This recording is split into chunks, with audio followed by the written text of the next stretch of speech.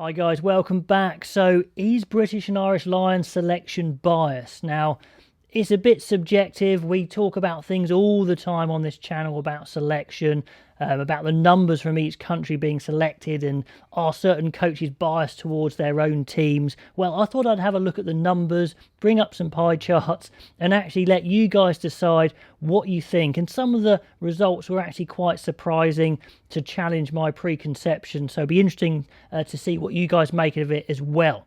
So I'm going to put up every single tour selected by country, by percentage, just to even out the differences in numbers selected for the tour.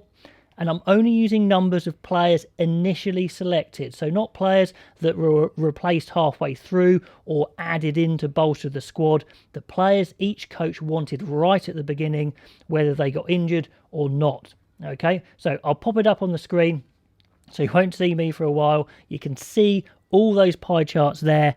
And England, you can see, started off very strong, over 50% representation, did have a dip off in the later tours down to the 20%, then picked up again last time round in New Zealand up to the 40%. So they've certainly had a bit of a dip, look like they're rebounding. Expect them to drop a little bit on this tour as well. Ireland started off quite low, but as Ireland have got better, they've increased their percentage. They have gone above 30% as well, but kind of hovering around 20.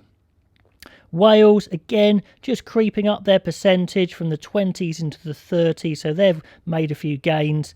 But the country that has stayed traditionally low is Scotland. On all the tours, they've been very low. In fact, the first one's the most. The 97 tour was the most, with 14.3% of selection. We're expecting that to go up.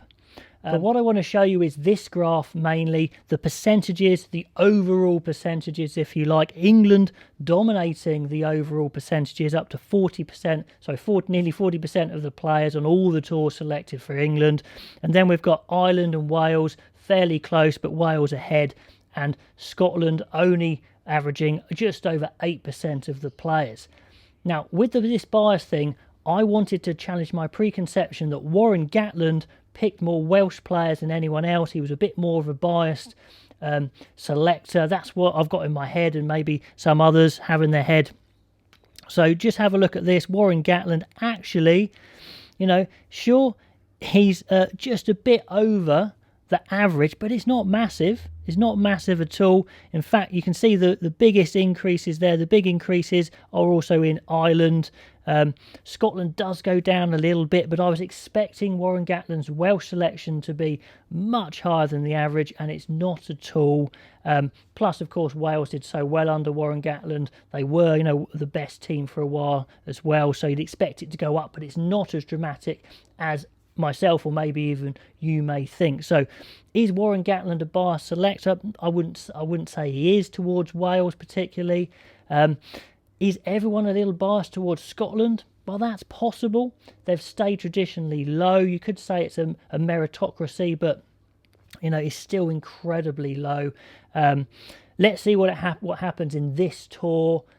I'd also kind of just float the idea, should there be a bit of a minimum percentage by nation, because it is a joint venture? If there's a 50-50 call, should the coaches be given a little bit of a nudge saying you do need to even up these nations, because the whole point is it's a joint tour and we want everyone to have a vested interest in it, rather than have it pure meritocracy. Sometimes if there's a 50-50 call, even up the nations, whoever is the strongest and the weakest at the time. I don't know, I'm on the fence on that one. Anyway guys, hope you found that interesting, and I'll catch you next time.